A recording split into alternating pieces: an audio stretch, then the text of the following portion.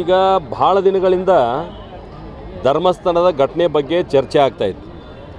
ನಾವು ಕೂಡ ಪ್ರಾರಂಭದಲ್ಲಿ ಅದ್ರ ಬಗ್ಗೆ ಮಾತನಾಡಲಿಲ್ಲ. ಯಾಕಂತಂದ್ರೆ ಎಲ್ಲರಿಗೂ ವೈಯಕ್ತಿಕ ಸ್ವಾತಂತ್ರ್ಯ ಅದ, ಅವ್ರು ಯಾರ್ಯಾರು ಏನೇನು ಆರೋಪ ಮಾಡ್ತಾರೆ ಮಾಡಲಿ. ಮತ್ತು ಸರ್ಕಾರ ಕೂಡ SIT ತನಿಖೆಯನ್ನು ನೇಮಿಸಿತ್ತು.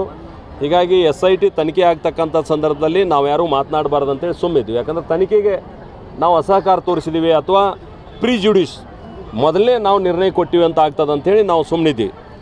ನಮಗನ್ನಿಸ್ತದ ಒಟ್ಟು ಕರ್ನಾಟಕದ ಏನು ಶ್ರದ್ಧಾ ಕೇಂದ್ರದವ, ಧಾರ್ಮಿಕ ಕೇಂದ್ರದವ, ಅವು ಎಲ್ಲದರ ಮೇಲೆ ದಾಳಿ ಮಾಡೋದ್ರ ಮುಖಾಂತರ ಜನರ ಭಾವನೆಯನ್ನು ಘಾಸಿಗೊಳಿಸ್ತಕ್ಕಂಥ ಕೆಲಸ ಯಾವುದೋ ಒಂದು ಸಂಘಟನೆ ಮಾಡ್ತಾಯಿದೆ ಅಂತ ಅತ್ಯಂತ ಸ್ಪಷ್ಟವಾಗಿ ಗೊತ್ತಾಗ್ತದೆ. ಒಂದು.